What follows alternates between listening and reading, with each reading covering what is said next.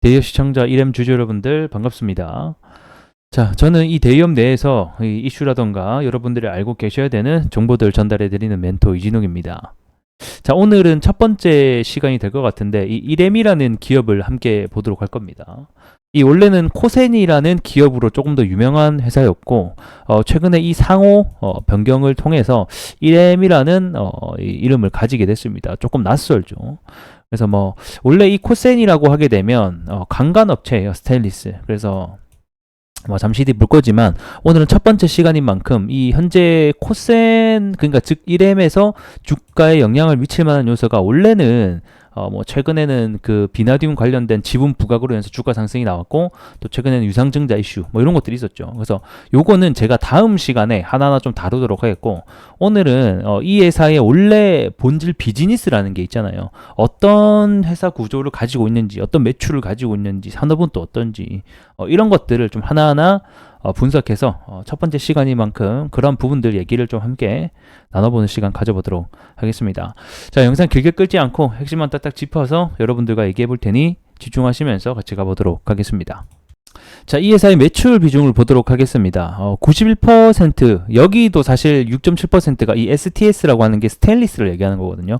그래서 스테인리스의 강간을 만드는 업체라고 보시면 되는데, 사실 이렇게만 얘기하면 아마 이 산업군에 잘 모르시는 분들은 이게 뭔 소린가 라고 좀 생각이 들 것 같아요. 그래서 표를 통해서 간략하게 어떤 과정을 거치는지 함께 보도록 하겠습니다. 자, 이 회사가 어떤 뭐를 하는지를 보게 되면, 이 기본적으로 우리나라는 고로를 생산하는 업체 딱 두 개가 있습니다. 포스코와 현대제철이 있죠. 이 포스코와 현대제철에서 철을 생산을 하게 됩니다.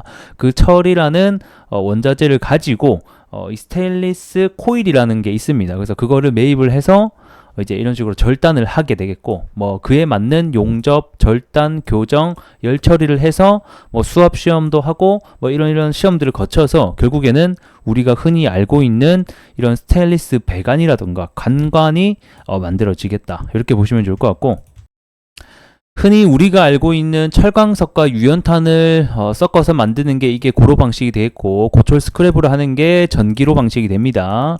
그래서 해당 이제 나온 원재료를 가지고 여기에 크롬과 니켈을 추가하게 되면 스테인리스 강이 됩니다. 그래서 여기서 뭐 다양한 판재, 봉강, 광간, 강선류로 나눠지는데, 우리 여기 이렘 같은 경우에는 강간을 주로 만들어서 여러 가지 전방 산업에 맞는 규격을 가지고 납품을 하는 업체다, 이렇게 보시면 좋겠죠.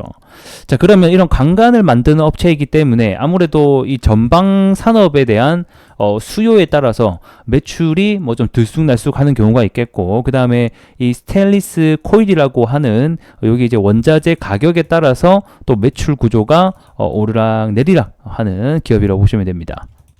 그래서 매출액을 보게 되면 21년도부터 23년도까지를 먼저 보게 되면 일단 456억, 660억, 768억 해서 외형 성장은 일어나고 있는 것을 확인해 볼 수가 있는데, 사실 영업이익은 뭐 항상 그대로인 것을 볼 수가 있죠. 이 영업이익이 그대로라고 하는 것은 사실 이 원자재 가격 상승에 따라서 이런 식으로 등락이 있을 수가 있고요. 뭐 그 다음에 얘네들이 판관비라고 하죠. 요거를 제대로 관리를 못해서 영업이익률 자체는 굉장히 좀 낮은 편에 속한다라고 보시면 좋습니다.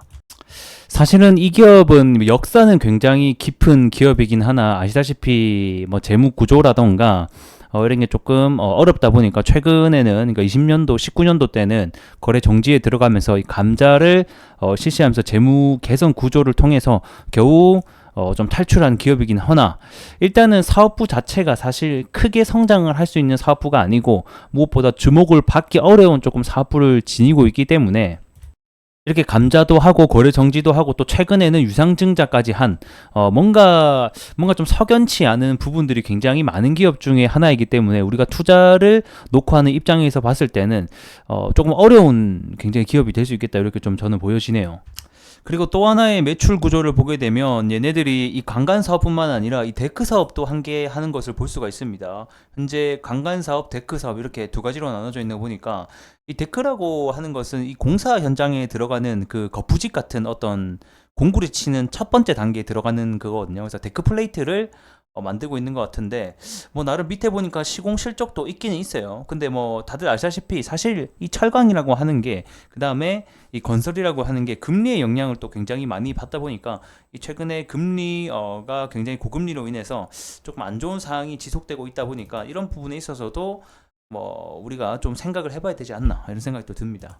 그래서 좀 종합을 해보자라고 하면 사실 뭐 안 좋은 기업이다 뭐 이런 말씀을 드리기는 좀 어려울 것 같고 그냥 사업부 자체가 사실 큰 성장을 이뤄내기가 조금 어렵고 그 다음에 주가라고 하는 게 원래 기대감을 가지면서 이제 올라가야 되는데 그런 기대감 자체가 이 사업부 비즈니스 모델에서 나오다 보니까 조금 주가 상승을 하기에는 재료들이 좀 부족하다. 그리고 과거에 어떤 거래 정지라든가 감자 그리고 최근엔 유상증자 이슈까지 있었기 때문에 이러한 부분을 놓고 봤을 때 투자자의 입장에서는 굉장히 어려운 종목이 될 수 있겠다. 이렇게 좀 정리를 하도록 하겠습니다. 자, 오늘은 여기서 좀 마감을 해보도록 하겠고요. 다음 시간에는 아마 이 유상증자 관련된 얘기를 좀 여러분들과 함께 해볼까 합니다. 자, 오늘 영상 좀 좋아요와 구독으로 힘 주시면 좋겠고, 전 또 다음 영상에서 찾아뵙도록 할게요. 고맙습니다.